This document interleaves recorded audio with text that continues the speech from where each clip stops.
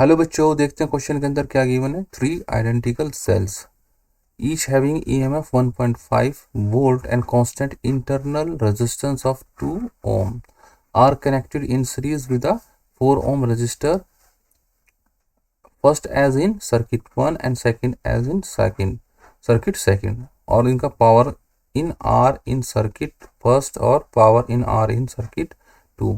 ठीक है, जो हमें पावर मिल रही है सर्किट 1 में आर को और पावर मिल रही है सर्किट 2 में आर को, उसका रेशो बताना है।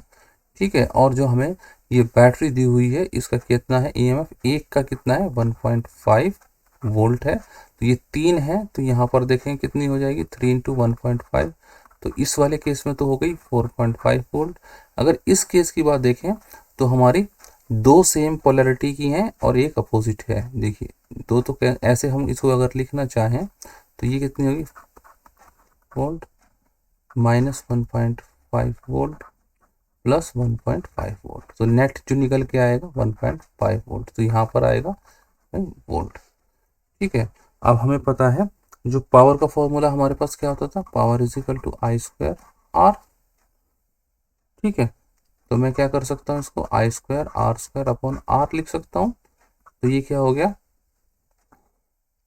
ये v हो गया v स्क्वायर बाई आर, जो भी होगा। तो इस केस में देखें हम, तो हमारे पास क्या है, सेल का इंटरनल रेजिस्टेंस आर भी है, ये आर आर स्मॉल आर। ठीक है, 2 ओम का है तो मैं इसको स्मॉल आर से लिख लेता हूँ। तो पावर क्या होगी यहाँ पर v स्क्वायर बाई, एक तो आर एक्सटर्नल वाला है और 3 आर हमारे इंटरनल वाले हैं, तो इस तरीके से हमारा कुछ पावर निकल के आएगी। ये तो हमारा कांस्टेंट हो गया, दोनों केस में सेम है।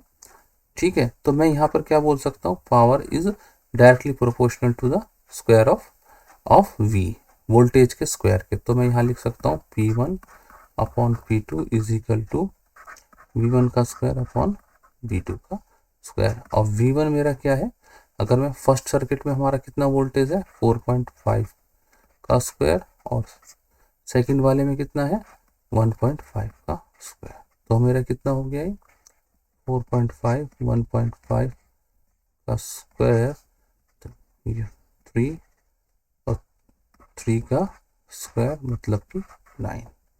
ठीक है, ये हमारा फाइनल आंसर है। हम ऑप्शन चेक करते हैं तो फर्स्ट ऑप्शन ही मैच कर रहा है हमारा, ये करेक्ट है। सेकंड 7.2 दिया हुआ, ये रॉन्ग हो गया। थर्ड 1.8 दिया हुआ, ये भी रॉन्ग है, और फोर्थ भी रॉन्ग है जो कि 3 दिया हुआ है। तो आई होप बच्चों आपको समझ में आ गया होगा। Good luck, good bye, thank you.